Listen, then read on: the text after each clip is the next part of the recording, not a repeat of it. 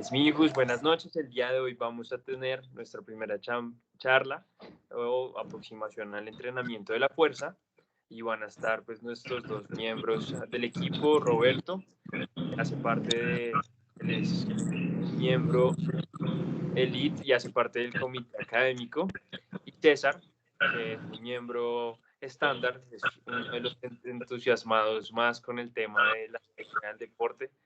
Entonces, bueno, vamos a iniciar.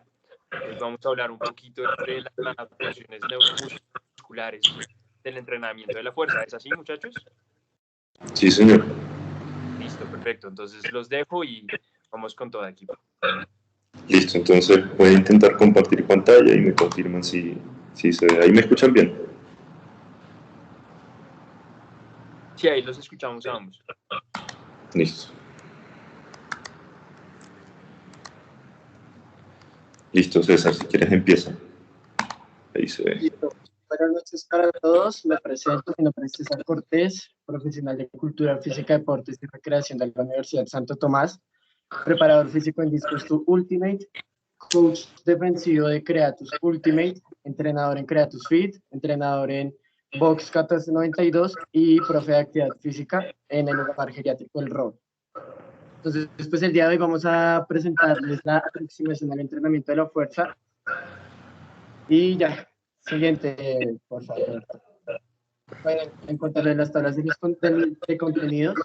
Primero vamos a hablar sobre los principios del entrenamiento, la introducción al entrenamiento de la fuerza, los conceptos, entrenamiento de la fuerza, mejoras versus tiempo, respuestas versus adaptación, apps neuromusculares, fisiológicos, síndrome general de la adaptación, variables de la hipertrofia y mensajes para llevar. La siguiente. Listo, entonces, para poder hablar del entrenamiento, de una aproximación al entrenamiento de la fuerza, pues debemos saber qué es el entrenamiento. El entrenamiento deportivo es un proceso planificado y complejo que organiza cargas de trabajo progresivamente crecientes destinadas a estimular los procesos fisiológicos de supercompensación del organismo, favoreciendo el desarrollo de las diferentes capacidades y cualidades físicas. Entonces, el entrenamiento es un proceso planificado que busca mejorar las capacidades y cualidades físicas de las personas por medio de estímulos progresivos para generar estrés fisiológico y lograr diferentes mejoras en las cualidades y capacidades físicas. La siguiente, Roberto, por favor.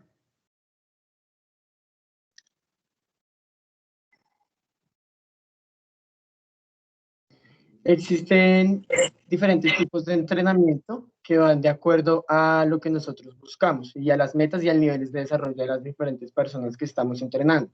Entonces podemos hablar de entrenamiento de alto rendimiento, entrenamiento del fitness, entrenamiento de rehabilitación, entrenamiento de la técnica, entrenamiento juvenil o infantil. Y pues los principios que ya los vamos a ver más adelante nos van a ir direccionando para poder diferenciar estos tipos de entrenamiento uno del otro. La siguiente, Roberto, por favor.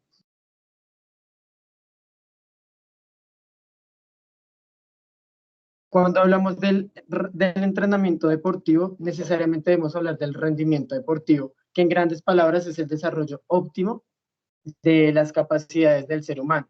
Entonces, en pantalla vemos un cuadro donde podemos ver todo lo que compone la capacidad del rendimiento deportivo de las personas. El más importante el más importante factor del rendimiento deportivo es la condición física, que está determinada por la fuerza, la velocidad, la resistencia y la flexibilidad, que son las 4 grandes capacidades físicas de nuestro cuerpo. Cuando hablamos del entrenamiento de actividad física para la salud o el entrenamiento del fitness, la fuerza y la resistencia son las que toman mayor importancia en este tipo de entrenamiento, porque son las que determinan diferentes parámetros para nuestro estado de salud.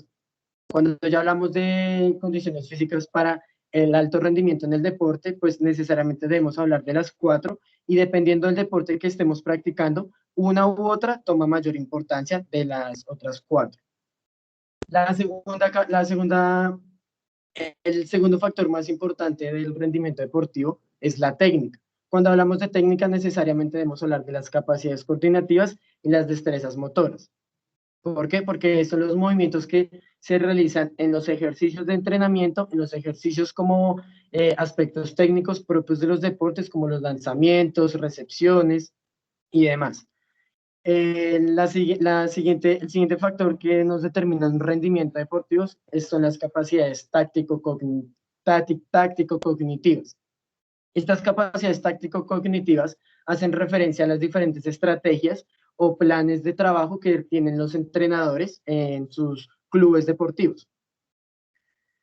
Cuando la siguiente son las capacidades sociales, que hace referencia a cómo se comporta individualmente cada deportista cuando estamos realizando algún entrenamiento en conjunto, o nuestra forma de socializar con nuestro entrenador, hablando propiamente de los equipos, de los deportes individuales, como el tenis, como la natación y demás. Y esto pues está condicionado también por nuestras capacidades táctico-cognitivas, porque necesariamente debemos socializar para poder llevar todas las estrategias, bien sea por la estrategia que me da el entrenador para jugar, por ejemplo, tenis, o para la estrategia que vamos a utilizar en deportes como el fútbol, como el baloncesto, como el ultimate, como voleibol. La siguiente factor que determina nuestro rendimiento deportivo son las capacidades físicas. Esas capacidades físicas hacen referencia a las condiciones internas del organismo. Entonces, el rendimiento deportivo se ve afectado porque no es lo mismo cuando una persona tiene 35 años, donde sus pulsaciones máximas son diferentes, a una persona que tiene 20 años, donde sus pulsaciones máximas son diferentes en esas edades. Y esas condiciones pues son propias internas de nuestro cuerpo. También podemos hablar de la estatura, de la longitud de los segmentos corporales y demás. Y el último factor que determina nuestro rendimiento deportivo son factores hereditarios, de constitución física y sanitarios. Cuando hablamos de factores hereditarios, pues hacemos referencia a que cada persona tiene una predisposición de genes para desarrollar diferentes capacidades físicas más que otras. Entonces, hablemos del caso de Cristiano Ronaldo. Cristiano Ronaldo tiene una predisposición genética para ser un deportista de alto rendimiento. Evidentemente, si nosotros no realizamos los entrenamientos, pues nuestros genes no se van a poder desarrollar solo sí, pues nos vamos a quedar solo con la predisposición.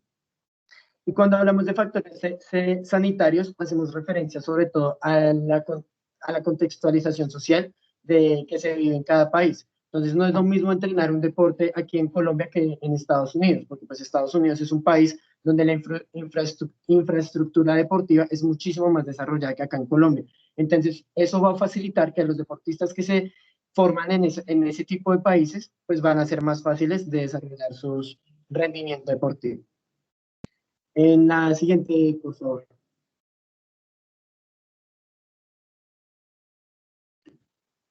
Cuando hablamos de los principios del entrenamiento, son las guías, reglas o directrices generales basadas en las ciencias biológicas, psicológicas y pedagógicas que sirven para optimizar el proceso del entrenamiento. Se refiere a todos los ámbitos y tareas del entrenamiento, determinan el contenido, los métodos y la organización de este. Entonces, los principios del entrenamiento son esa flecha que nos va a indicar cómo debemos realizar el entrenamiento de acuerdo y dependiendo de los objetivos y del tipo de entrenamiento que vamos a realizar. Entonces, esos principios son los que nos va a hacer es dar esa dirección que debemos cumplir para realizar un buen entrenamiento. La siguiente, por favor.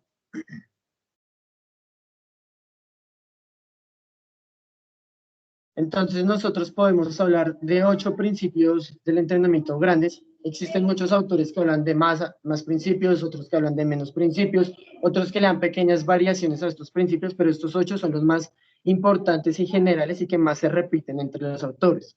Entonces pues ya los vamos a ver punto por punto, ¿listo? La siguiente, por favor.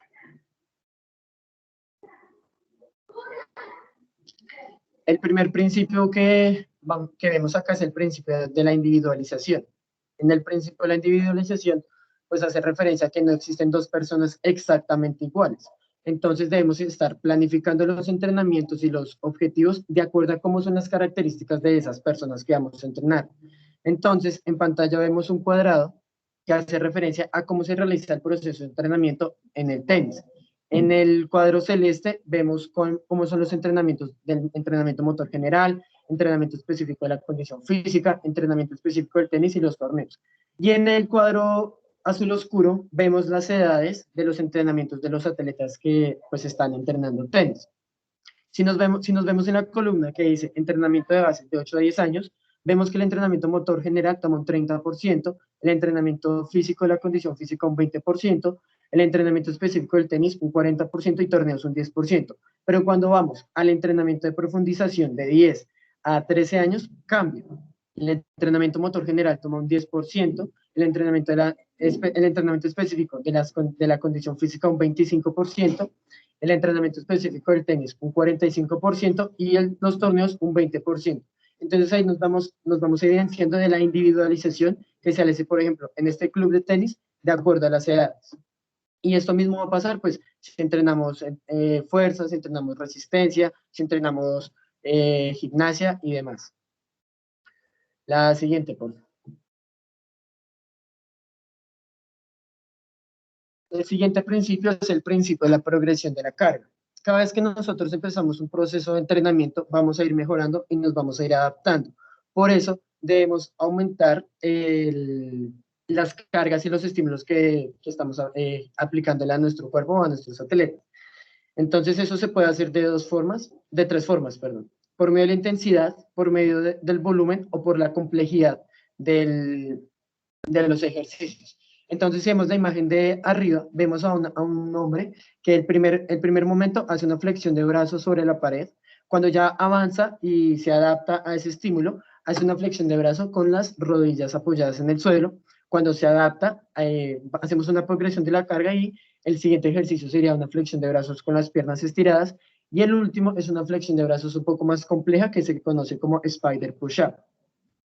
Y en la imagen de abajo vemos a una atleta que hace 15 minutos de ejercicio, hay un desgaste, se le da el proceso de recuperación, luego puede hacer un entrenamiento de 20 minutos, hay un desgaste, un proceso de recuperación y por último pues aplicamos un estímulo de 25 minutos, un desgaste y de recuperación. Y así es como se va logrando la mejora de nuestro nivel en la condición física. La siguiente, por favor.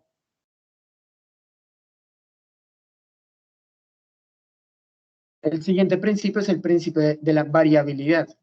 Cuando hablamos del principio de la variabilidad, es necesario planificar distintos ejercicios para experimentar una mayor gama de estímulos para el cuerpo. Entonces, si nosotros hacemos, por ejemplo, siempre sentadillas, pues de una u otra forma, así variemos las series y las repeticiones, el cuerpo se va a adaptar y no vamos a salir de esa zona de confort en la que entra nuestro cuerpo. Entonces, en estas dos imágenes vemos en la imagen de la izquierda a una mujer que hace 3 variaciones diferentes del ejercicio de flexiones de brazo. Flexión de brazo regular, flexión de brazos en diamante y flexión de brazos con los brazos más separados de lo normal. Y en la imagen de la derecha pues vemos diferentes ejercicios para los músculos del tren inferior. La siguiente, por favor. El siguiente principio, que es uno de los más importantes, es el principio del tiempo de carga y tiempo de recuperación. Entonces, en la imagen de la izquierda vemos una gráfica que hace alusión al proceso de supercompensación.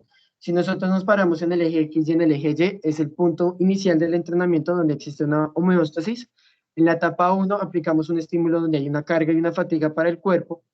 En la etapa 2 le damos un tiempo de descanso y de recuperación para poder aumentar nuestro nivel y se da el proceso de supercompensación. Luego se vuelve a iniciar el ciclo desde ese punto. Aplico un estímulo aún más fuerte para darle variabilidad y la progresión a la carga y le doy el tiempo de recuperación para que el cuerpo se adapte, se recupere y logremos la adaptación que necesitamos. También en este principio se ve inmerso cuando estamos en la misma sesión de entrenamiento, en los tiempos de trabajo y en los tiempos de descanso. Entonces, en la imagen de la derecha vemos la metodología Tabata que nos dice que debemos trabajar 20 segundos y descansar 10 segundos para completar 8 series, es decir, 4 minutos de trabajo.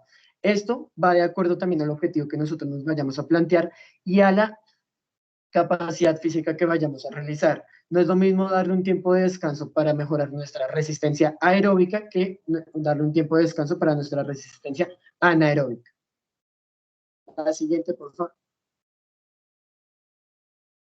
El siguiente principio es el principio de la especificidad, que nos habla de que debemos hacer entrenamientos netamente específicos para lo que queremos lograr. Entonces, en la imagen de la izquierda vemos un drill de Ultimate que evidentemente pues, y en la imagen de la derecha vemos un drill de fútbol que evidentemente pues son deportes que en ciertas cosas se parecen pero también son distintos. Entonces no tendría ningún sentido que yo hiciera un entrenamiento de fútbol cuando yo soy un deportista de Ultimate. Y en la imagen de abajo vemos a diferentes personas con sobrepeso y obesidad que pues necesitan un entrenamiento específico para ese tipo de condiciones que muchas veces llegan las personas que quieren entrenar. La siguiente, por favor. El siguiente principio es la asociación correcta de los estímulos. En este principio hablamos sobre la importancia de aplicar de una forma adecuada los estímulos que necesita el cuerpo para lograr las diferentes mejoras. Entonces, en esta gráfica podemos hacer alusión a un deportista que practica triatlón. Si de pronto hay alguien que no conoce qué es el triatlón, no sabe qué es el triatlón, es un deporte que está compuesto por la natación, por el ciclismo y por el running. Entonces, en esta semana de trabajo, el día lunes aplicamos un estímulo sobre la natación, en donde si vemos la gráfica, nuestro nivel de resistencia aeróbica va a bajar. El día martes aplicamos un estímulo de fuerza, en donde nuestra fuerza evidentemente va a bajar, y mientras pasa eso, nuestro nivel de resistencia aeróbica va a subir. En ese momento, el miércoles, aplico un estímulo de ciclismo, donde nuestro nivel de resistencia aeróbica igualmente va a bajar, y mientras tanto la fuerza va a subir, vamos a estabilizarla de acuerdo pues a esa planeación que estamos realizando. Y por último, el día jueves le damos descanso, el día viernes aplicamos un estímulo del running para aumentar nuestro nivel de velocidad en los casos de remates y demás en las dinámicas de ese deporte. Y el sábado y el domingo descanso. Y en la línea roja vemos el nivel físico de nuestro atleta, en donde mientras está entrenando, disminuye nuestro nivel físico, y después desde el sábado y el domingo debería aumentar de acuerdo pues a las características de esta persona, haciendo alusión a que es a un deportista de élite que lleva entrenando más o menos 5 o 6 años y pues es una persona de una u otra forma entrenada. La siguiente.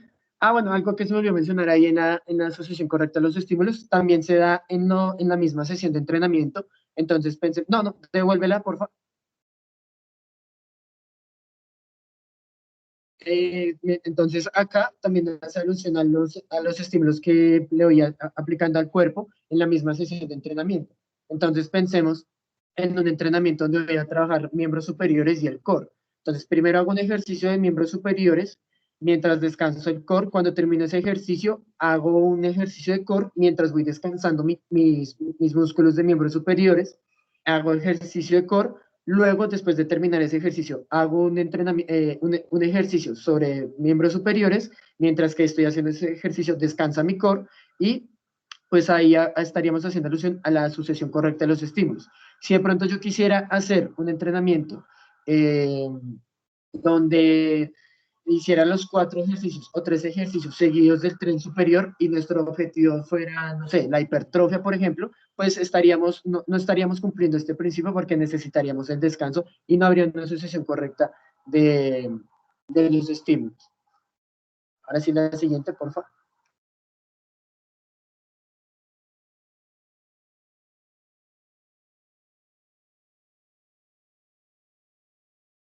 No se cambió. ¿No cambió ahí? No, yo todavía estoy viendo la asociación correcta de los estímulos. Listo, ya.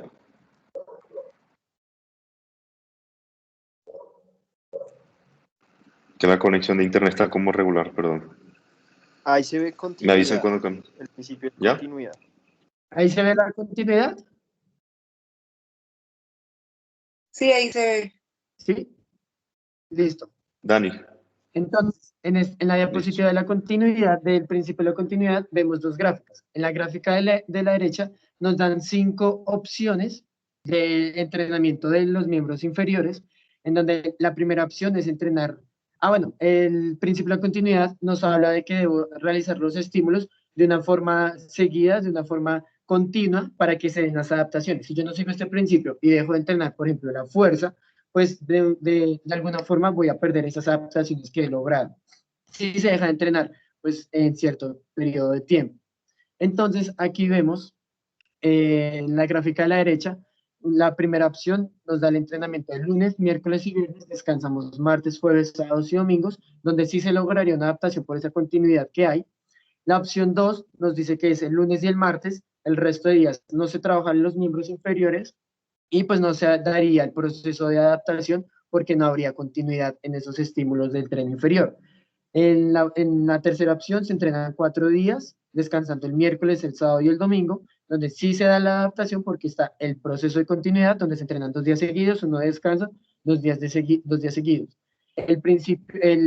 La cuarta opción, pues solo es un día de entrenamiento, el día miércoles, donde no se logra esa adaptación, porque pues están dejando 6 días sin entrenar los miembros inferiores. Y por último, pues es un entrenamiento de 5 días, donde se descansa el jueves y el domingo, y pues sí se daría el proceso de adaptación, porque se está teniendo continuidad. Sobre todo en este ejemplo hay que tener en cuenta que esto va de acuerdo a las personas que hay, de acuerdo al proceso de individualización que hicimos, al proceso de la progresión de la carga, de la variabilidad y demás. ¿Listo? Si es una persona que, por ejemplo, no está entrenada y hasta ahora está empezando a iniciar, una persona tal vez aparentemente sana, pero sedentaria, muy seguramente si aplicamos la cuarta opción, donde solo hay un entrenamiento de miembros inferiores, pues se va a lograr la adaptación, porque no existe una huella motora en donde no se ha desarrollado la fuerza en miembros inferiores. Pero si estoy pensando, por ejemplo, en un atleta de Ultimate, donde se necesita mucha fuerza en las piernas, para los saltos, para los cambios de dirección y demás, pues una buena opción sería la opción 1, donde son 3 días de entrenamiento de miembros inferiores. Esto también va de acuerdo a la etapa del proceso de entrenamiento en el que yo estoy. Si yo estoy, por ejemplo, en una etapa en donde estoy realizando mejoras en la capacidad aeróbica, pues la parte de fuerza pasaría a un segundo plano, pues sin dejarla de trabajar. Y en la imagen de la derecha, pues vemos que es un lanzamiento de Ultimate, hace alusión al entrenamiento, a la continuidad que debe haber en la técnica de los deportes, sobre todo en los entrenamientos de infantiles y juveniles, porque pues hasta ahora si son chicos o niños o jóvenes, hasta ahora están aprendiendo los deportes y todavía no tienen y se está construyendo esa huella motora que se necesita para pues poder tener éxito en el deporte de élite. También hace alusión en el entrenamiento de alto rendimiento, de acuerdo a la táctica que nos presente nuestro entrenador. Entonces, por ejemplo, si yo soy el entrenador de la Selección Colombia de Ultimate y mi estrategia es jugar con pases solamente largos, pues mi técnica la debo entrenar realizando solamente pases largos y los pases medianos o cortos, pues pasarían a un segundo plano para poder desarrollar esa habilidad. ¿Listo? Como conclusiones de los principios del entrenamiento, pues cada uno de estos principios siempre va a estar entrelazado entre sí y son muy importantes para realizar un buen proceso de entrenamiento y tal vez cumplir los objetivos y no generar algún tipo de contraindicación para la salud. ¿Listo?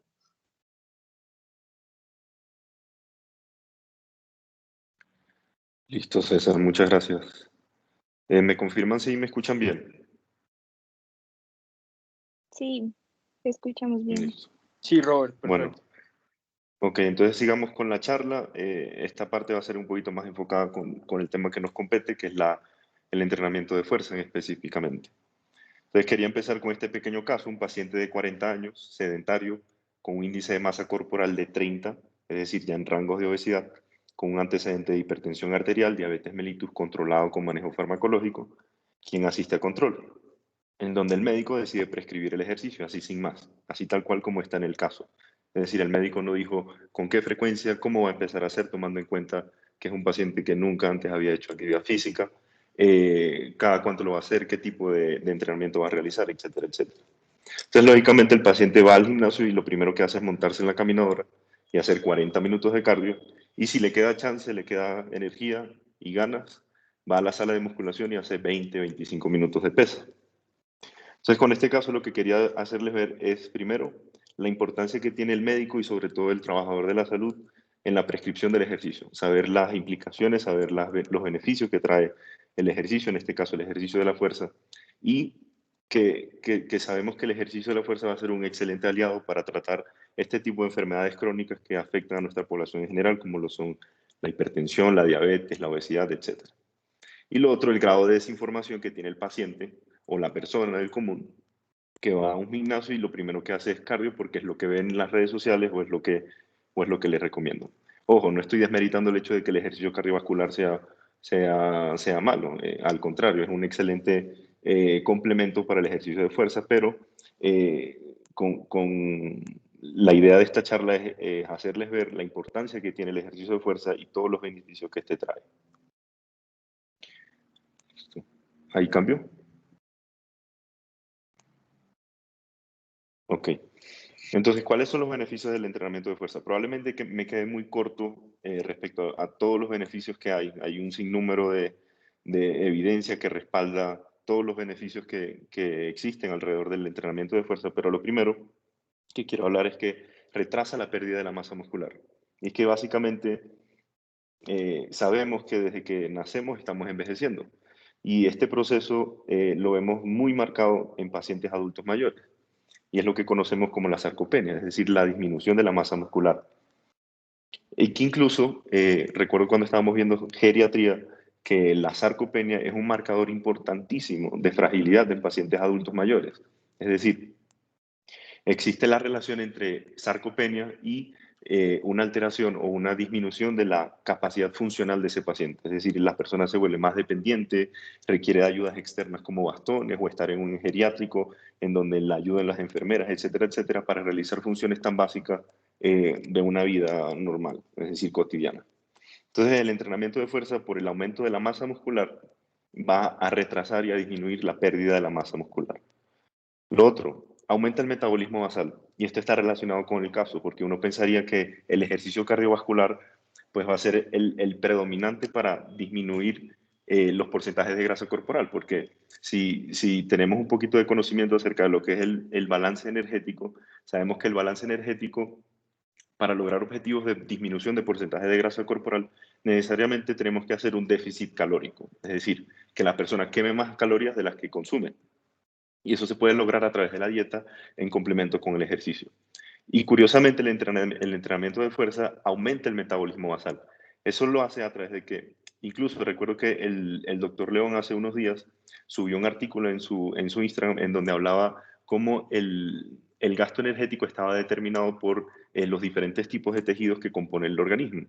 Y vemos que el sistema musculoesquelético, el sistema adiposo, el tejido hepático, etcétera, etcétera, son tejidos que consumen altas cantidades de energía, es decir, le cuesta caro al organismo mantener esa masa muscular.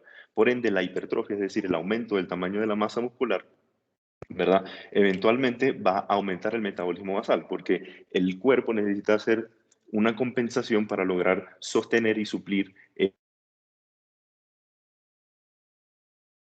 mantener un tamaño. Y lo otro es que durante el entrenamiento de fuerza se generan literalmente microtraumas, es decir, hay una ruptura de los puentes cruzados de actina y de miosina que literalmente se rompen cuando uno genera las contracciones. Y recordemos que todo proceso de trauma en el organismo requiere o representa una alteración, una amenaza, un estímulo estresor que va a requerir de procesos energéticos para suplir ese estímulo o para promover que el organismo vuelva a su estado basal o a su estado de homeostasis. Lo otro es que previene y mejora la diabetes mellitus. Recordemos que la diabetes mellitus hace parte de este gran abanico de enfermedades como la diabetes, la hipertensión, la obesidad, etc. Y es básicamente una resistencia periférica a la insulina, es decir, hay grandes cantidades de glucosa y de azúcar en sangre que no puede difundirse a los tejidos. Y eso es básicamente precisamente dado por el aumento de la resistencia a la insulina. Entonces, lo que hace el ejercicio de fuerza, y está evidenciado, y es que aumenta los GLUT4. Los GLUT4 son receptores transportadores de glucosa. Es decir, digamos que hacen como la función de la insulina.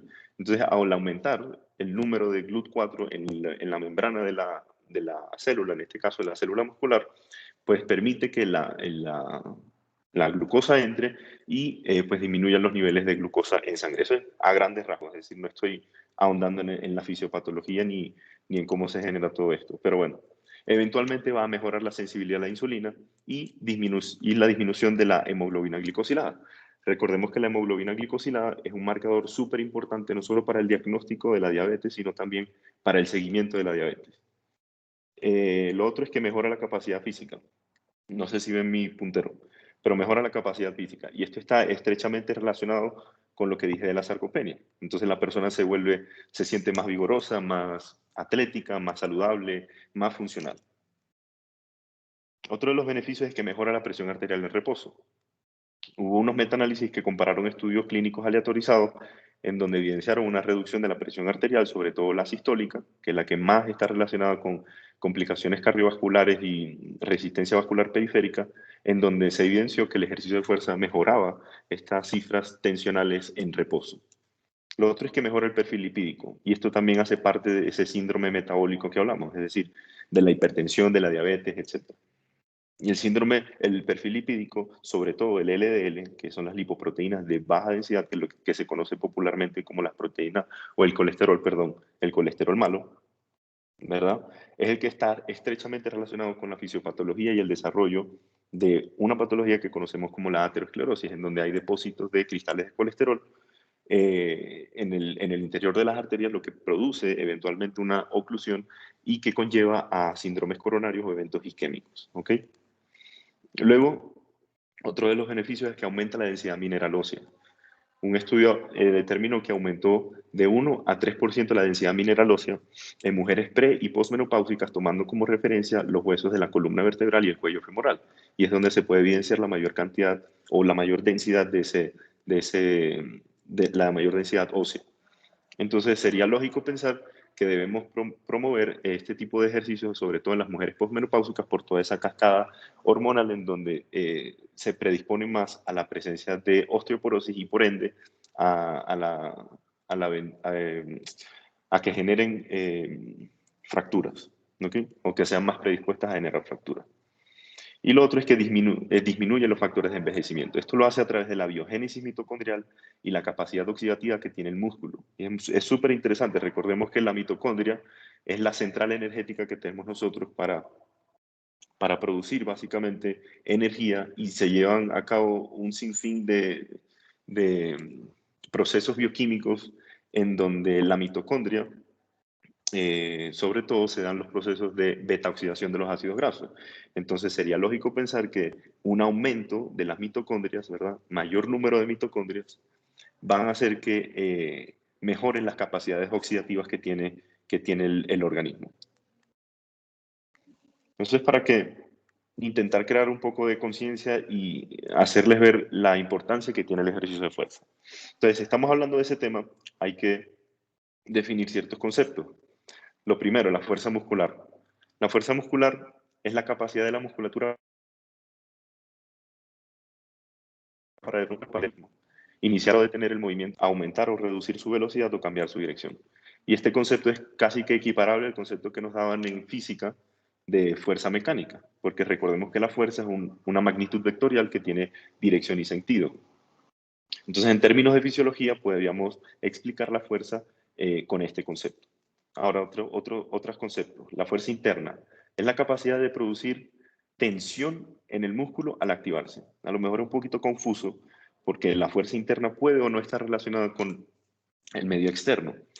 Y la fuerza externa es todo lo que tiene que ver con el medio externo, es decir, la gravedad, las cargas, las resistencias. Entonces, para entender estos conceptos, la interacción entre fuerza interna y fuerza externa resulta en otro concepto que se llama la fuerza aplicada, y no es más que el resultado de la acción muscular sobre las resistencias externas, que puede ser resistencias tanto del propio peso corporal, barras libres, mancuernas, máquinas, etcétera, etcétera. Quiere decir que la fuerza interna es el nivel de tensión que se genera en el músculo al momento de una contracción, intentando vencer una resistencia externa, que como lo dije puede ser el propio peso corporal, máquinas o mancuernas, por ejemplo. Listo, según la activación muscular, la fuerza se puede clasificar en diferentes tipos de acciones. Está la acción dinámica concéntrica, que ya sé que en charlas anteriores han hablado de eso, pero es importante recopilar estos conceptos. La acción dinámica excéntrica y la acción estática o isométrica. Entonces, para eso tengo esta gráfica. Fíjense que la acción concéntrica es el acortamiento muscular al superar una carga externa. Entonces, aquí, en esta línea punteada negra, hace referencia a la longitud del músculo y vemos cómo el músculo está atado a un cubo que representa la carga externa, en este caso 20 kilos. Entonces, la fuerza concéntrica, o perdón, la acción concéntrica hace referencia al acortamiento muscular que logra vencer esa carga. Entonces, fíjense cómo se acortó y hay una contracción muscular. Aquí hay una referencia en esta persona que está haciendo un curl de bíceps, ¿verdad? En donde la acción concéntrica correspondería a la flexión del bíceps para generar la flexión del codo. ¿Ok? Y en esta última gráfica vemos una tabla que compara longitud, tensión y activación muscular. Fíjense que como hablamos de acción concéntrica y que hablamos de acortamiento, la longitud pues lógicamente va a disminuir a lo largo de la contracción y la tensión alcanza un pico alto, luego alcanza una meseta y baja o disminuye de manera paulatina. Luego tenemos la acción excéntrica. La acción excéntrica, como lo vemos en la línea punteada, habla acerca del alargamiento o estiramiento de la fibra muscular. Entonces, fíjense que de todas maneras hay contracción, porque miren el engrosamiento de la fibra muscular en este y en este lado. ¿Me pueden confirmar si ven mi mouse como Sí, sí, lo señalando vemos. listo. Sí, lo vemos. Entonces, eso correspondería a la fuerza excéntrica o a la acción excéntrica. ¿Ok? Entonces, fíjense aquí en la imagen, la persona está haciendo la extensión de codo, intentando bajar la carga a la que estaba expuesto. Entonces, en cuanto a longitud, pues lógicamente va a aumentar. Y fíjense lo interesante, que en términos de tensión, alcanza un pico súper alto y en cuanto a activación muscular también, ni siquiera alcanza una meseta, sino que aumenta de forma progresiva y luego, pues lógicamente alcanza un periodo o una fase de caída rápida. Pero entonces, perdón, está evidenciado que el entrenamiento o la acción excéntrica genera mayor ruptura de esas fibras o de esos puentes cruzados de actina y miosina que les hablé en un momento. Y es por eso que sería interesante, en términos de entrenamiento de fuerza, prestar atención a este tipo de movimiento y ser un poquito más conscientes de la realización de este tipo de entrenamiento, porque al momento de hacer una mayor ruptura de fuerza, eso va a repercutir eventualmente con un buen descanso y una buena alimentación en mayor hipertrofia. En la acción isométrica, pues no vemos ningún cambio en la línea de longitud, pero aún sin embargo vemos una contracción muscular. Entonces fíjense que aquí la persona está haciendo un curl de bíceps, pero la barra está fijada, entonces no hay ningún tipo de longitud y pues igualmente se genera una tensión. Listo. Entonces, ¿qué es el entrenamiento? El entrenamiento de fuerza, para explicar esta gráfica lo que pretende es mostrar la mejora en la fuerza a lo largo del tiempo. Es decir, siendo un estímulo repetitivo, entrenamiento de varias semanas, meses y años, y cómo esa fuerza va aumentando de manera progresiva. Entonces vemos aquí la gráfica, una persona acostada, un paciente sedentario que decide hacer ejercicio y que vemos que la fuerza va a aumentar de forma progresiva, ¿okay? A lo largo del tiempo, aumenta rápidamente. Y pues posteriormente va a alcanzar una etapa de estabilización o de meseta. Aquí podríamos clasificar a los atletas élite, es decir, los atletas de alto rendimiento, como maratonistas, halterofilistas, etc.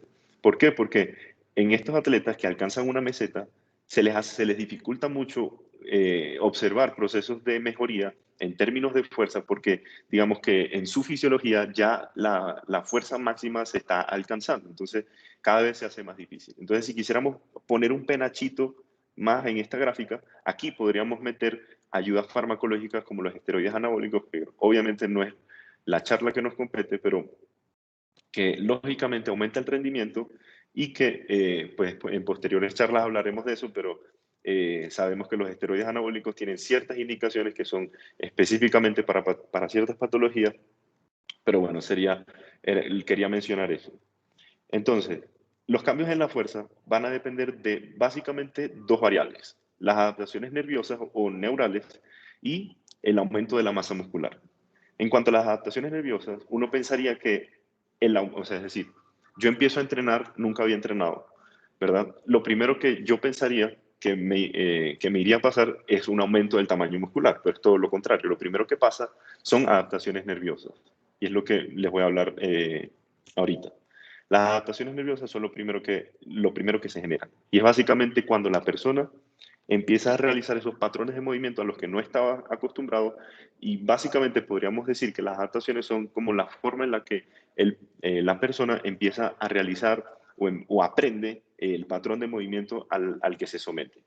Y fíjense que alcanza una meseta rápida, es decir, no hay más picos. ¿Por qué? Porque uno no aprende a hacer 2 veces una sentadilla. Ojo, uno puede mejorar la técnica de la sentadilla, pero no la aprende 2 veces. Entonces, las adaptaciones nerviosas son los que se generan de primero. Hay algunos autores que dicen que de 6 a 8, en las primeras 6 a 8 semanas, otros que dicen entre las 8 y 12 semanas, pero bueno, son los que primero se generan y lo que perdura en el tiempo. Y en cuanto a la masa muscular, fíjense que va a un aumento súper lento, insidioso y paulatino. Listo, entonces las adaptaciones podríamos definirlas como la reacción o la acomodación que hace el organismo a un estímulo estresor durante un tiempo razonable. Entonces, lo que les quiero explicar con estas imágenes es que recordemos que el músculo es un órgano gobernado por el sistema nervioso, ¿ok? Entonces, para que se genere una contracción, se dan los siguientes pasos. Primero es digamos, un estímulo sensorial, se siente por la piel, envía una señal sensitiva que viaja por las raíces nerviosas periféricas, viaja hacia el asta posterior de la médula espinal, sube hacia la corteza cerebral, y en la corteza cerebral se genera una serie de sinapsis en donde se van a emitir unas respuestas motoras. Entonces, esa señal se va a transmitir, baja por la médula espinal nuevamente, pero por el asta anterior de la médula espinal, y se transmite por una motoneurona, es decir, un nervio con acción motora. Entonces, fíjense que de un estímulo sensorial pasó a una acción física, a un estímulo mecánico. ¿Ok? Y cuando ya ese nervio está próximo a llegar a las fibras musculares, se divide en axones terminales, y esos axones terminales son los que penetran y llegan a las miofibrillas. Esa unión entre nervio y músculo en esa porción es lo que conocemos como unión neuromuscular o placa motora. Súper importante para entender unas adaptaciones que voy a explicar ahorita. Y bueno, esta gráfica no quiero, pues en términos prácticos no lo voy a explicar, pero bueno. Entonces, empecemos. ¿Qué son las adaptaciones neuromusculares? Primero, hay que hacer una distinción entre respuestas y adaptaciones, ¿ok? Las respuestas son las que se dan a corto plazo, son fisiológicas y tienen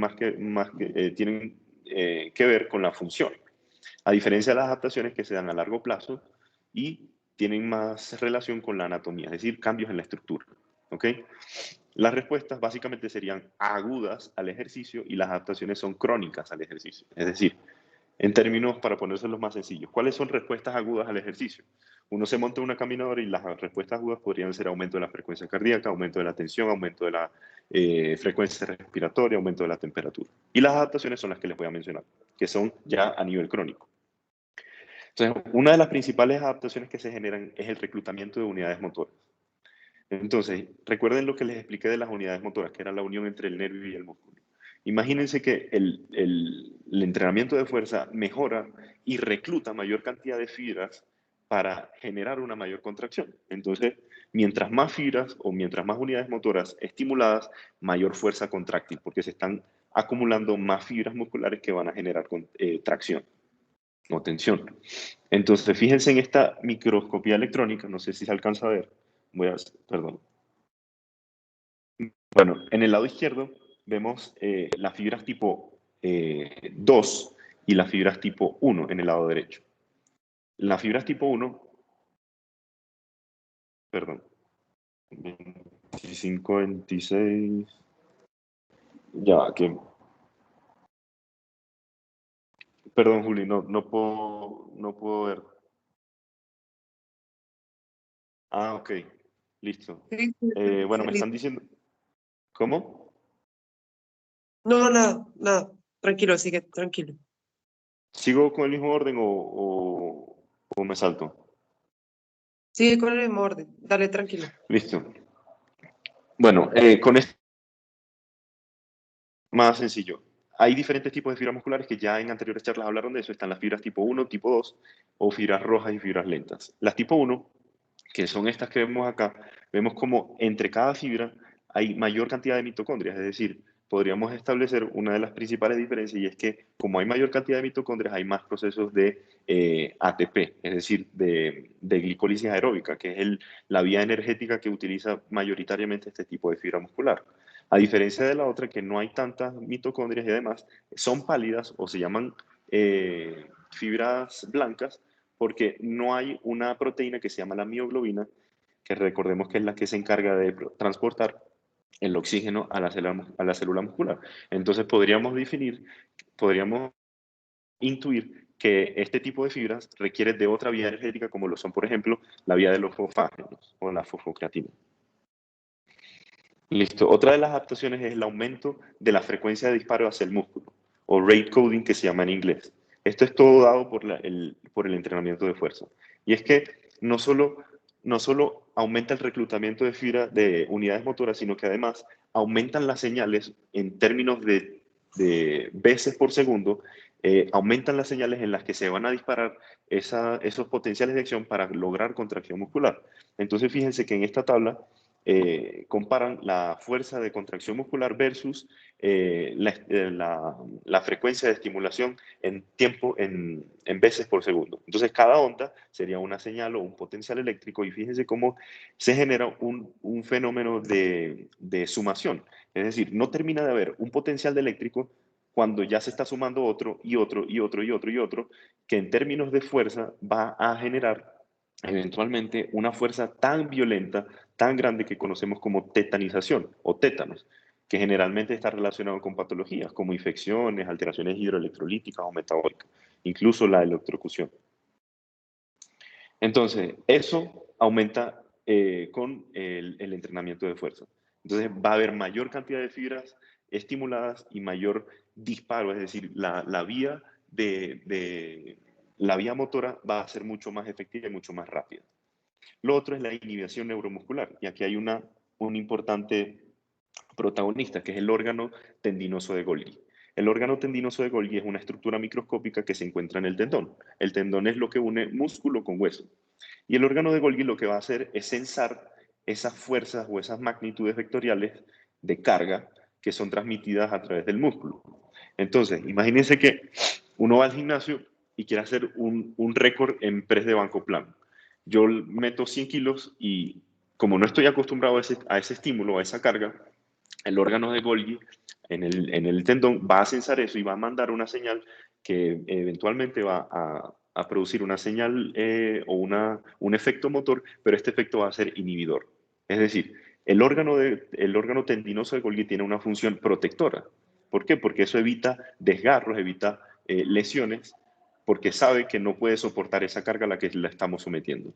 Entonces, lo que pasa con el entrenamiento de fuerza es que eventualmente se va a generar una inhibición neuromuscular, es decir, de cierta forma va a disminuir la sensibilidad o la actividad de ese órgano, y por eso es que eventualmente vamos a poder poco a poco aumentar las cargas y soportar mayor tensión. ¿Ok? Listo. Y otra de las adaptaciones que son más que todo, en vez de fisiológicas, yo diría anatómicas, es el aumento del stiffness, que se traduce como fuerza y resistencia musculotendinosa. Recordemos que ese tendón es un remolino, un recubrimiento de colágeno, y que las fibras de colágeno son fibras muy resistentes a la resistencia y a los cambios de formación.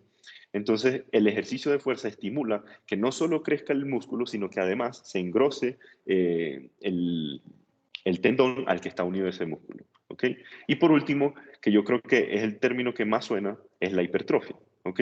El entrenamiento de fuerza estimula la hipertrofia, que conocemos como el aumento del tamaño muscular, en este caso, perdón, el tamaño celular, en este caso la célula muscular. Entonces, fíjense que hay básicamente a grandes rasgos dos tipos de hipertrofia: la hipertrofia miofibrilar o sarcomérica, ¿verdad? Y la sarcoplasmática. Ok. Hay un autor que se llama Brad Schoenfield, que es el que, digamos que el pionero que más ha escrito acerca de hipertrofia. Y a grandes rasgos, él dice que para llegar a la hipertrofia hay dos vías principales, que aunque no se pueden desligar, son importantes para definirlas. Entonces, a través de el estrés metabólico podríamos lograr la hipertrofia sarcoplasmática. ¿Y cómo podríamos explicar ese estrés metabólico? El estrés metabólico es cuando, por ejemplo, uno va al gimnasio y va a ser un entrenamiento o una sesión de entrenamiento en donde no se va a someter a altas cargas, pero logra hacer varias repeticiones de ese estímulo. Entonces uno siente como el ardor, esa hinchazón, el edema. Eso podríamos traducirlo como estrés metabólico, ¿ok? En donde va a aumentar la cantidad de agua intracelular, literalmente, porque entran gramos de glucógeno y el glucógeno atrae aproximadamente 3 gramos de agua, entonces la célula se vuelve como más turgente, pero eso no quiere decir que aumentó el tamaño de la fibra muscular. Entonces sería más interesante estimular la hipertrofia a través de la hipertrofia sarcomérica, que la hipertrofia sarcomérica sería lo contrario, es decir, el aumento literalmente de la fibra muscular, que esto está relacionado con mecanotransducción, es decir, la célula muscular sufre ciertos cambios a través de la tensión que se genera y eso estimula a las células satélites para que se generen proteínas contráctiles como la actina y la miosina que se van agregando en paralelo y en serie. Entonces, aquí aumenta más el tamaño muscular. Y aquí aumenta el tamaño muscular, pero más que todo dado por el citoplasma, es decir, ese ambiente que le da nutrientes a la célula. Listo. Con esta gráfica pretendo explicarles un fenómeno que se llama el fenómeno de la supercompensación. Y es que estando en un estado de base, vamos a someter al organismo a una carga de entrenamiento, ¿verdad? La carga de entrenamiento supone un estrés para el organismo. Aquí él está en un estado de homeostasis. Eso genera un desgaste. El desgaste a través de, bueno, luego a través del descanso y la buena alimentación, el organismo va a intentar recuperarse, pero no solo se va a recuperar, sino que se va a supercompensar. Es decir, este pico positivo habla de que el organismo mejoró, ¿ok? Es decir, la próxima vez que lo vamos a estimular, a que lo vamos a someter a cargas, a estímulos estresantes, el organismo va a responder de manera más eficiente. Y esto sería el ideal. Entonces, una carga ideal, un estímulo estresante ideal, es aquel que es suficiente de generar cierto desgaste, pero que permita lograr una recuperación y una supercompensación. A diferencia de un entrenamiento que es demasiado fácil, que son estas líneas punteadas chiquitas, en donde el estímulo no fue tan estresante, pero el organismo se recuperó y de cierta forma mejoró un poquito porque no fue tan estresante. Y lo contrario pasaría cuando es un entrenamiento extremadamente duro, es decir, no siempre más es mejor, sino que hay que ver hay que ver cuál es el estímulo suficiente para generar desgaste, pero supercompensación. En este caso, fíjense que el punto de declive es muy amplio y no logró ni siquiera a recuperarse. Listo. Y para ya terminar, perdón la hora, las adaptaciones que sí queremos y las que no queremos. Las que no queremos son las adaptaciones musculares, porque uno siempre quiere buscar progresar en términos de hipertrofia, en términos de cargas, por ejemplo. Entonces, ¿cómo podríamos evitar este tipo de adaptaciones? Periodizando. Es decir, no haciendo el típico 4x10 que recomiendan en los gimnasios, sino periodizando ciertas variables que luego, cuando hablemos de prescripción del ejercicio, se van a explicar de mejor manera. Las adaptaciones neurales, que ya les hablé de eso, que son las que requerimos, porque mayor adaptación neural, mayor unidades motoras, mayor fuerza y mayor hipertrofia. Y las adaptaciones osteoarticulares. Las adaptaciones osteoarticulares hacen referencia a esas adaptaciones que se generan cuando uno repite y repite ese patrón de movimiento que se generan cuando uno va a hacer ejercicio. Y es por eso que no sería tan interesante ese tipo de personas que dicen, no, me estanqué y por eso voy a cambiar mi rutina, que llevo apenas 3 semanas haciendo esa rutina, lo cambian, entonces no están aprovechando ese principio de especialización, en donde uno se tiene que volver literalmente especialista en ese patrón de movimiento para de esa manera generar adaptaciones osteoarticulares. Y esto es lo que les decía de Brad Schoenfeld, que decía de la tensión mecánica y el estrés metabólico. Estas variables de hipertrofia no voy a tocarlas y pues los mensajes para llevar a casa creo que también sobran. No sé si tengan alguna pregunta, algún comentario. Disculpen la hora, en verdad se nos pasó. Y bueno, espero que de todas maneras haya sido de su agrado.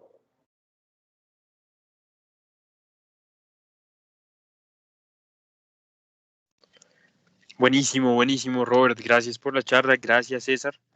En verdad, muy buenos los mensajes que llevamos de la charla de hoy. No sé si tengan preguntas, si quieren levanten las manos. Y aquí tenemos al profe al profe Henry, a ver si nos ayuda. Buenas noches para todos. Tengo una pregunta, es que cuando están hablando de la progresión de la carga, habían 3 ítems que estaban exponiendo. Uno era el volumen, otro era la complejidad del ejercicio y el otro no recuerdo.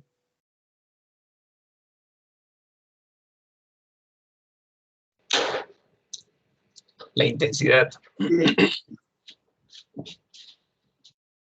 Sí, los 3 parámetros que podemos darle progresión a nuestro entrenamiento es el volumen, que pues es el aumento de la cantidad de ejercicios que hacemos. Podemos pensar en el número de series, en el número de series y en el número de repeticiones. La intensidad pues es la sensación del esfuerzo que yo tengo en el entrenamiento, y la complejidad de los diferentes ejercicios. Entonces pues estaba el ejemplo de las flexiones de brazo, que pues es como una progresión que se realiza de una persona que no está adaptada a ese ejercicio hasta que pues está adaptada.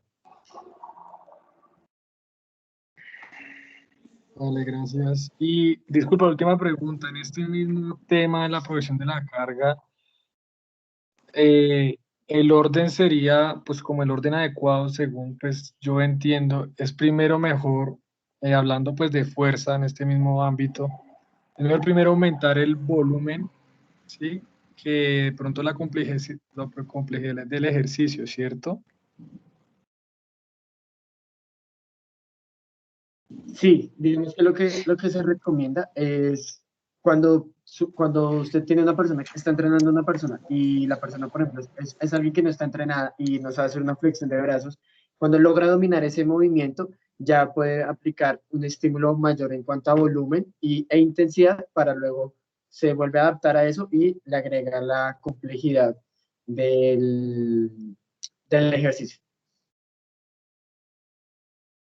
Disculpe, y por último, y respecto a la disminución del tiempo de recuperación, digamos, ¿en qué orden podría ser? Como en de los últimos estímulos para progresar la carga, si darle progresión a la carga, o de los primeros. Ahí tengo como esa confusión en el orden, más o menos, de la progresión de la carga, ¿sí? O no sé si depende también el objetivo. ¿Me podría explicar un poco mejor, porfa? No lo entiendo muy bien. Sí, claro, no hay problema. Lo que pasa es que, o sea, sabemos que las variables, como nos estabas diciendo, son, pues para darle progresión a la carga, pues, es repeticiones, series, la intensidad del ejercicio, digamos, yo estaba agregando también como el tiempo de recuperación, si disminuírselo, y por último la complejidad del ejercicio. Entonces, a veces digamos que 4 o 5 componentes dije yo, entonces ahí es como lo que he querido como saber el orden como para progresar la carga.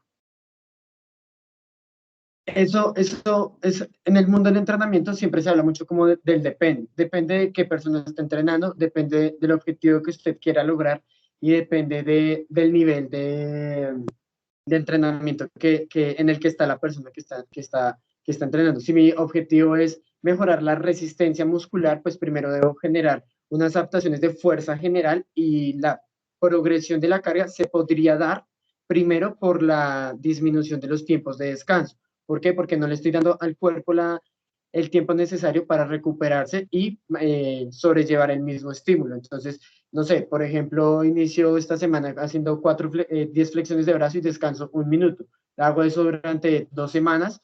La tercera semana, para darle la progresión de la carga, puedo hacerlo no darle tiempo de descanso durante 1 minuto, sino durante 45 segundos, pero porque mi objetivo está en mejorar la resistencia a la fuerza. Otra forma de darle progresión a la carga en este mismo ejemplo podría ser aumentar el número de repeticiones. Digamos que en este ejemplo, pues ambos caminos serían válidos. Sí, gracias. Doctor Henry, tiene la mano levantada. Si quiere, prenda el micrófono. Hola Roberto y César, muy buena presentación, muchísimas gracias, de verdad que sí. El tema, y entiendo también obviamente que sobre todo por cuestiones de tiempo, pues es a veces difícil abarcar todos los elementos que componen y sobre todo hablar de entrenamiento. Lo hizo César muy bien y creo que la respuesta que acabo de dar es bastante válida.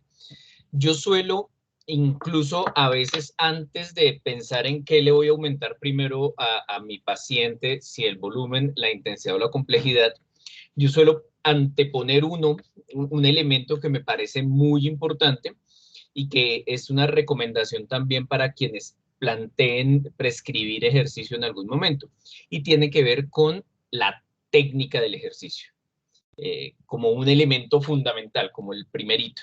Entonces, uno de los errores que uno usualmente ve en los gimnasios tiene que ver mucho con el hecho de que las personas llegan y ya todo el mundo asume que sabe hacer una sentadilla o todo el mundo asume que sabe hacer un press banco plano. Y si pensamos en ejercicios mucho más complejos, por ejemplo con mancuernas, pues peor aún. Y la verdad es que para muchas personas es muy difícil coordinar. Entonces uno van a hacer una sentadilla, entonces uno les dice, listo, va a hacer entonces una flexión, flexione su rodilla, saque la cola atrás y termina haciendo un montón de cosas allí que uno dice, pero ¿qué pasó allí? O sea, esta persona no coordina nada. Y esto significa que probablemente haya que dedicarle un buen tiempo a hacer un proceso de adaptación centrado en ocasiones en la técnica antes de pensar en progresar volúmenes o intensidades. En términos de qué aumentaría yo primero, entendiendo que ya la persona conoce el ejercicio y lo está haciendo, aumentaría el volumen. Y el volumen tiene básicamente tres componentes. Podrían ser más, pero hay tres componentes, que es la frecuencia, o sea, el número de veces a la semana que va a hacer ese ejercicio, que lo va a repetir, el número de repeticiones y el número de series. Cuando yo digo voy a aumentar el volumen, quiere decir que yo aumento el número de veces a la semana, aumento el número de repeticiones o aumento el número de series. En la pregunta que hacían de descansos, eso usualmente se llama densidad de la carga.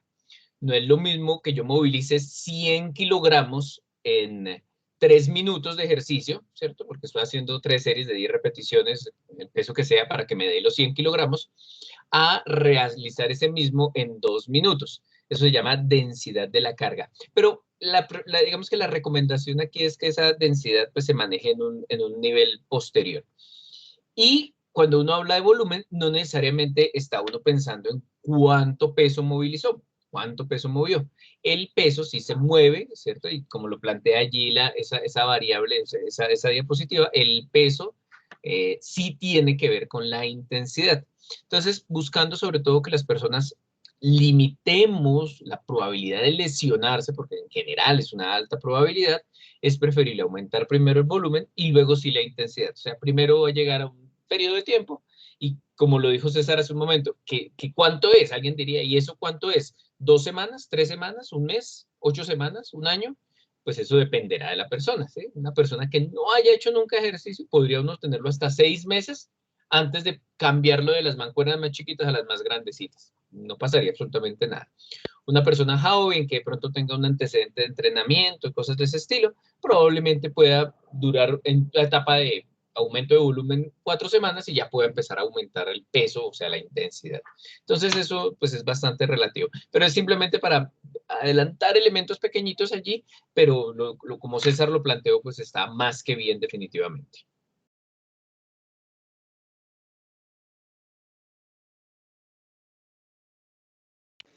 Muchas gracias, doctor. No sé si haya otra pregunta o comentario final para ir cerrando.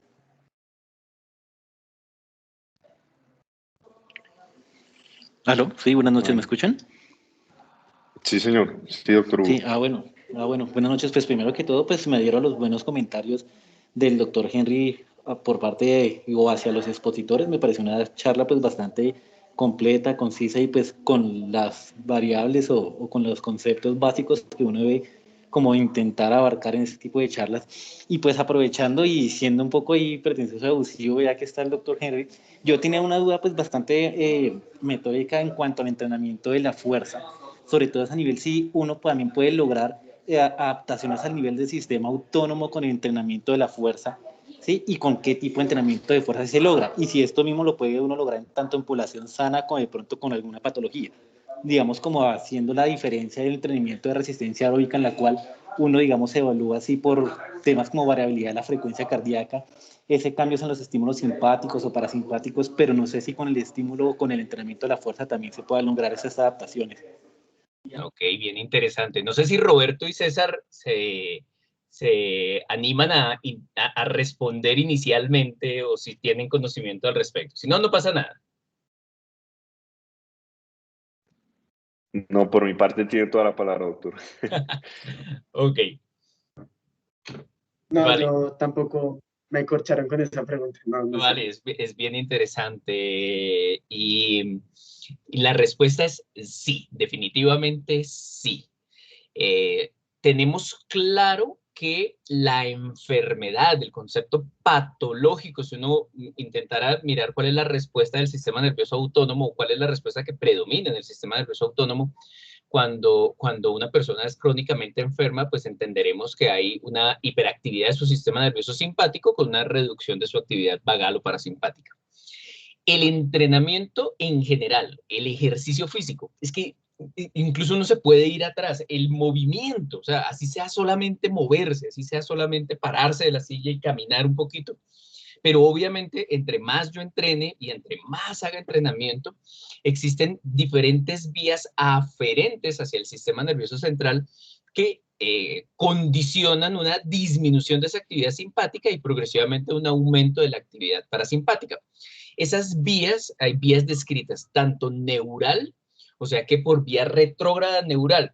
Roberto hablaba hace un rato de los estímulos aferentes que se generan a partir del uso neurotendinoso y el uso neuromuscular. Bueno, nombraste el uso neurotendinoso, pero en general el uso neurotendinoso, el uso neuromuscular y las terminaciones nerviosas libres articulares generan fenómenos, ¿cierto?, aferentes hacia el sistema nervioso central, que si bien es cierto, llevan a la corteza o que terminan en la corteza cerebral, muchos de esos estímulos también generan un efecto, ¿cierto?, indirecto a nivel del hipotálamo y de los centros reguladores de la actividad autonómica. Entonces, se ha encontrado, y estos son unos trabajos muy, muy, muy bonitos que se desarrollaron hace como unos 8 o 10 años, tal vez, en el que se describió esa vía neural. Pero además de la vía neural, también hay una vía humoral. Y esta vía humoral está dada en buena medida por algo que seguramente ustedes revisarán en algún momento, que tiene que ver con las mioquinas, con la producción de hormonas con un alto componente antiinflamatorio producidas por el músculo esquelético. Factor de crecimiento fibroblástico tipo 21, la interleuquina 6, que uno podría decir, pues eso no es inflamatoria, no, porque está en ausencia de factor de necrosis tumoral, ¿cierto? La iricina, es un montón aquí de hormonas que por vía humoral generan efectos, algunos de ellos a nivel cardiovascular, ¿cierto?, a nivel del tejido adiposo, y otros alcanzan el sistema nervioso central y al parecer también ejercen un efecto modulador de la actividad autonómica. Como medir la actividad autonómica pues es complicado, pues medir catecolaminas en plasma pues no es tan fácil y demás.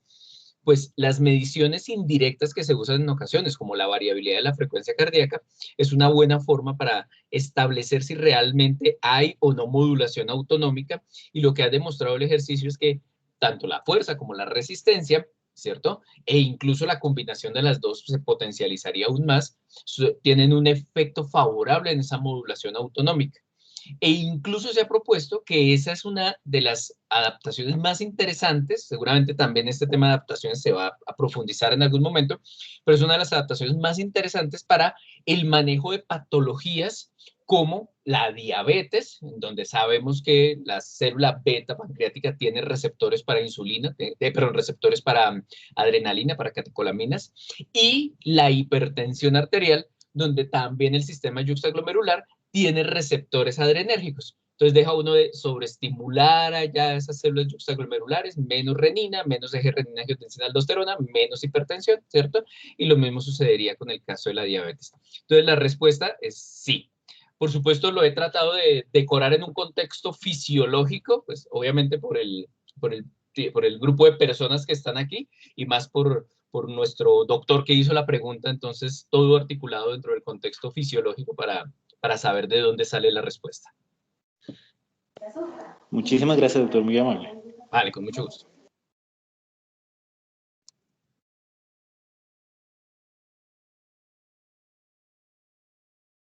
Yo tengo la última pregunta respecto al core, a la entrenabilidad. Lo que pasa es que sabemos que pues, es muy importante a nivel de control motor y en el tema deportivo pues favorece las cadenas musculares y demás.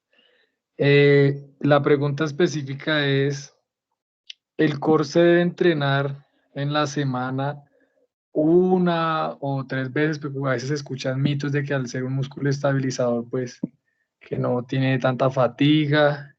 Y asimismo, cuando ya estamos trabajando como musculación, sea hipertrofia en esos aspectos, también tiene que haber cierto espacio para entrenar el core, ¿cierto? Para tener su mantenimiento. Estas son como mis dos preguntas o van como relacionadas. Gracias. Puedo intentar, no sé, el doctor me corregirá, pero como tú lo dijiste, el core tiene un componente muy importante estabilizador, es decir, es una transferencia de cargas entre el tren superior e inferior y que por eso sería interesante aplicar entrenamientos o ejercicios en donde se promueva este tipo de función. Por eso es que ya está como mandado a recoger el hecho de que uno vaya al gimnasio y haga 1000 crunches, porque digamos que no es tan efectivo. Entonces, el entrenamiento de core como que tiene bastante evidencia el hecho de hacer ejercicios tales como el palo press, los planks, las planchas estáticas con variabilidades. Y en términos de frecuencia, yo creería que al ser un músculo común y corriente como los otros, lo que se recomienda es que uno debe implementar una frecuencia 2 mínimo para estimular la hipertrofia. Entonces yo creería que 2 a 3 veces por semana sería adecuado. Y sí, es súper importante para sobre todo ejercicios tales como el squat o la sentadilla, el peso muerto, incluso para el press banco plano, porque es un músculo que va a permitir movilizar mayores cargas. No sé qué opinará el doctor al respecto. Totalmente de acuerdo, Roberto. Cuando tú hiciste la presentación y hablabas de los tipos de fibras musculares, ¿cierto? Pues valdría la pena sacar a bailar qué tipo de fibras son las que predominan en los músculos del core. Y son fibras de contracción lenta.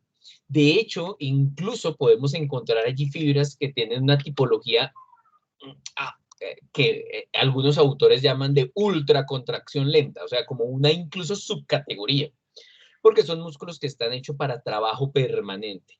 Entonces, es imposible no pensar en que en la mayoría de nuestras actividades de la vida cotidiana utilizamos el core. Bueno, yo digo la mayoría de las actividades, me refiero a actividades no tan no tan de sedentario como estamos ahorita, ¿no? O sea, no tan de escritorio acá, donde el core no es que funcione mucho, y si estoy acostado, pues peor. Pero si yo estoy activo, si yo estoy de pie, si yo estoy caminando, ¿cierto? El mantenimiento está dado a punta de músculos de la región abdominal o de la región central. Y eso significa que esos son músculos que tienen efectivamente, como la pregunta lo decía César, tienen músculos que son difícilmente fatigables. Y cuando me refiero a difícilmente fatigables, me refiero a que son músculos más adaptados para la resistencia, lo cual permitiría un entrenamiento con una frecuencia un poco más alta que lo que uno haría para músculos que son más explosivos, como bíceps, por colocar un nombre, un bíceps braquial, ¿listo? Que obviamente tiene unas fibras de contracción rápidas y tiene unas características en términos de fatigabilidad diferentes. Pero sí es posible entrenarlo más veces a la semana y no pasa absolutamente nada. De hecho, podría incluso ser benéfico en algún momento. Ahí me gustaría decir algo, y digamos que cuando estamos trabajando con el equipo de Ultimate, generalmente en todas las sesiones de fuerza realizamos entrenamiento del core, porque pues para nuestro deporte y pues para la gran mayoría, si no es por decir todos, pues el core es prácticamente el centro de nuestra fuerza, lo que nos va a dar nuestra estabilidad para saltar, para resistir los golpes y bueno, y demás. Excelente, totalmente de acuerdo, César.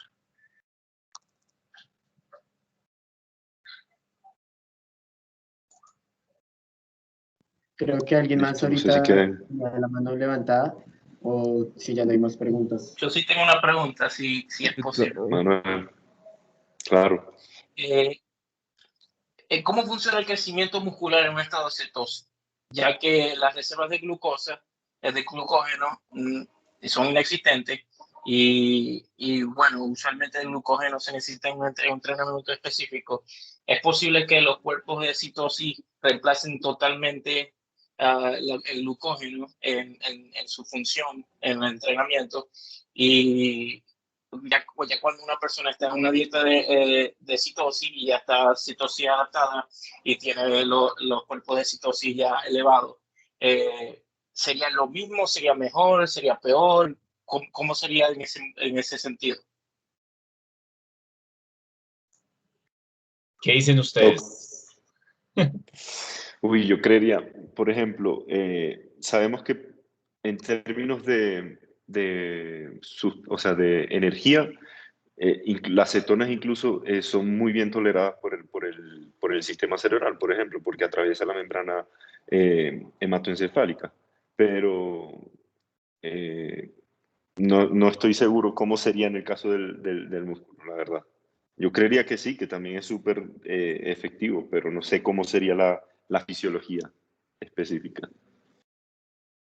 Digamos que no hay por lo menos unos trabajos de alto impacto, metaanálisis grandes que nos hayan o que nos demuestren, por ejemplo, cuál es el efecto de una dieta cetogénica sostenida en el tiempo sobre la hipertrofia muscular. Hay sí algunos artículos, y de hecho hay unos artículos que son divergentes, unos que han dicho sí, sí se puede, otros que dicen no, no es posible. Y en ese sentido, hay, digamos que un par de consideraciones que vale la pena tener en cuenta. La primera es que en un estado de cetosis o cuando una persona hace una dieta tipo cetogénico o limita realmente el consumo de carbohidratos, hay dos cosas que suceden, casi tres cosas allí, que se dan como respuestas de adaptación muscular, pero bajo esas condiciones. La primera es un mayor estímulo y una mayor capacidad por parte del músculo esquelético para oxidar ácidos grasos. Entonces se estimula, ¿cierto? Es como si el músculo dijera en algún momento, vean, no tengo gran cantidad de glucosa, entonces no utilizo una gran cantidad de enzimas para esas vías glucolíticas, ¿cierto? Y oxidativas glucolíticas, sino que más bien me voy a centrar en aumentar las enzimas responsables de la oxidación de ácidos grasos. Pero la pregunta podría ser, pero es que durante el ejercicio no hay ácidos grasos, por lo menos en entrenamiento de fuerza, ácidos grasos se van a demorar mucho en aparecer como un elemento. Entonces Roberto tiene razón, el músculo puede utilizar cuerpos cetónicos como fuente de energía. No, digamos que es eficiente, pero las cantidades no son equiparables con lo que podría tener de glucógeno un músculo cuando se hace ejercicio. Pero aquí viene el otro elemento. Los procesos de gluconeogénesis también se incrementan durante la cetogénesis. Durante una dieta cetogénica, la gluconeogénesis, la formación de nueva glucosa, se utiliza en gran medida para reponer esas reservas de glucógeno. No tendría yo una respuesta aquí concreta de hacer una dieta cetogénica efectivamente es la mejor estrategia para hipertrofiar. No me atrevería a hacer esa afirmación. Pero tampoco me atrevería a decir que una persona que hace una dieta cetogénica no tiene la posibilidad de hipertrofiar. ¿Sí? Yo lo que haría realmente es, digamos que en esos poquitos carbohidratos que la persona tolera o que consume en una dieta cetogénica, favorecerlos sobre todo en el postentrenamiento. Yo le permitiría, como para, ya que si va a comer poquito carbohidrato, por lo menos cómaselo en el postentrenamiento para que las reservas de glucógeno muscular no se vean tan afectadas. Pero digamos que el debate sigue abierto en torno de ¿es posible o no es posible? Incluso por ahí hay un documental y unas cosas que dijeron de unas personas que hablan de hipertrofia en dietas cetogénicas y demás, pero pues eso tiene una gran cantidad de sesgos. O sea, ellos decían que no consumían glucosa, pero hidrataban con otro tipo de sustancias que tenían azúcares. O sea, eso ahí tiene algunos sesgos. Entonces, la interpretación puede ser un poquito difícil. Creo que todavía sigue abierta la discusión, pero fisiológicamente ya más o menos entendemos un poquito el entramado de lo que pasa.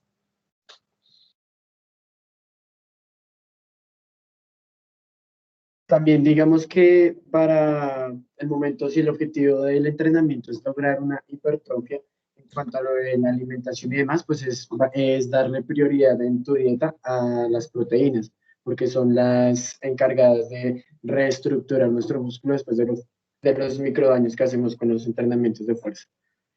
Sin duda. Sí, señor.